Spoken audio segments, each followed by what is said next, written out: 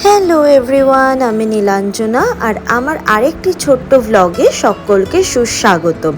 তো আজকের দিনটা ছিল শুক্রবার। আমার চলছিল এই সপ্তাহে মর্নিং শিফট।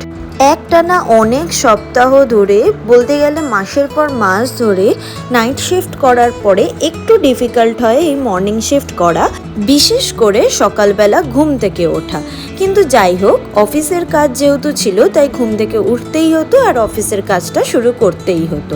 তো আজকে আমার অনেক প্ল্যান ছিল অফিসের পরে, তাই খুব তাড়াতাড়ি অফিসের কাজ শেষ করে রেডি হয়ে বেরিয়ে পড়েছিলাম মার্কেটিংয়ের জন্য। আর এই প্ল্যানে আমায় সাথ দিয়েছিল আমার দীপকদা, তাই উনি ওনার বাহন নিয়ে চলে এসেছিলেন আমার বাড়ির কাছে। তারপর আমরা শুরু করলাম আমাদের যাত্রা।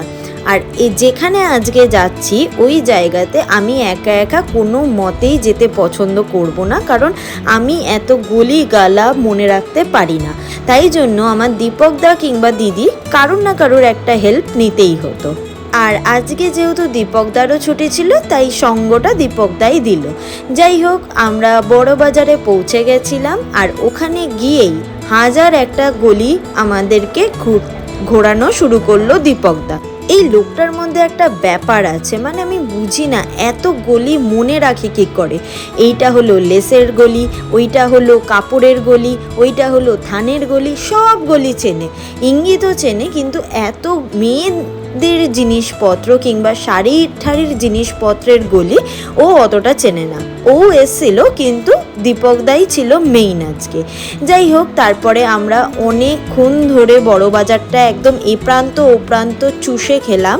একটা গলিতে গেলাম যেখানে শুধুমাত্র লেস বিক্রি হয়। আর বলতে গেলে আমরা ভালো দিনে গেছিলাম, আজকে যেহেতু ছিল মহরম সেই জন্য অনেক দোকান বন্ধও ছিল কিন্তু অনেক ফাঁকাও ছিল। তো যাই হোক, আমরা লেস মার্কেটে গিয়ে আমরা একটা দোকানে ঢুকে পড়লাম, যেটাকে এক কথায় বলা যেতে পারে লেসের স্বর্গ। এখানে হেন কোনো লেস নেই যে নেই এখানে, মানে তোমার যদি এখানে পছন্দ না হয় তাহলে খুব ডিফিকাল্ট অন্য কোথাও পাওয়া। তো যাই হোক, এখানে আমরা অনেকক্ষণ টাইম স্পেন্ড করেছিলাম, কারণ আমার লেসের খুব দরকার ছিল। তো ওটাই কিনে ওটা প্যাক করে বেরিয়ে পড়েছিলাম বাকি কাজের উদ্দেশ্যে। তো অনেক ঘোরাঘুরি করে আমাদের যা যা জিনিস দরকার ছিল সেই সব জিনিস কিনে, মোটামুটি কিনে আমরা চললাম ইঙ্গিতের কিছু জিনিস কিনতে।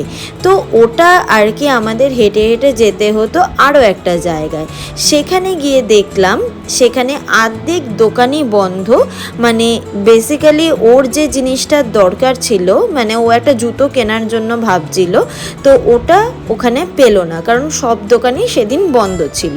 তারপরে কিছুটা এগিয়ে দেখলাম মহরমের জন্য কিছু একটা বেরিয়েছে, তো তাই জন্য আমরা বেশি দূরে আর যেতে পারিনি আর দেখতেও পারিনি আসলে কি বেরিয়েছে। তো যাই হোক, তারপরে আবার ব্যাক টু বড় বাজার।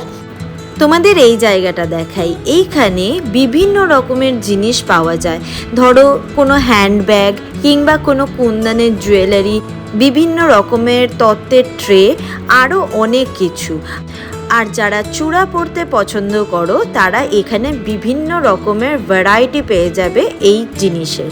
তারপরে আবার একটা গলিতে ঢুকলাম, ওখানে অনেক রকমের দুপাট্টাও পাওয়া যায়, সাথে লেহেঙ্গাও।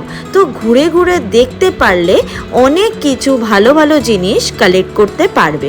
যাই হোক, আমাদের ঘোরাঘুরি শেষ করে আমরা একটা দোকানে গেলাম। আমি আর ইঙ্গিত নিলাম একটু পাপড়ি চাট আর দীপকদা নিল একটু দহি বড়া। এইগুলো খেয়ে আমরা ধরলাম বাড়ি ফেরার পথ। তো আজকের দিনটা ছিল খুবই টায়ারিং আমার জন্য, কিন্তু বেশ সুন্দরই কাটলো। যাই হোক, আবার দেখা হবে পরের একটি ভ্লগে। টাটা।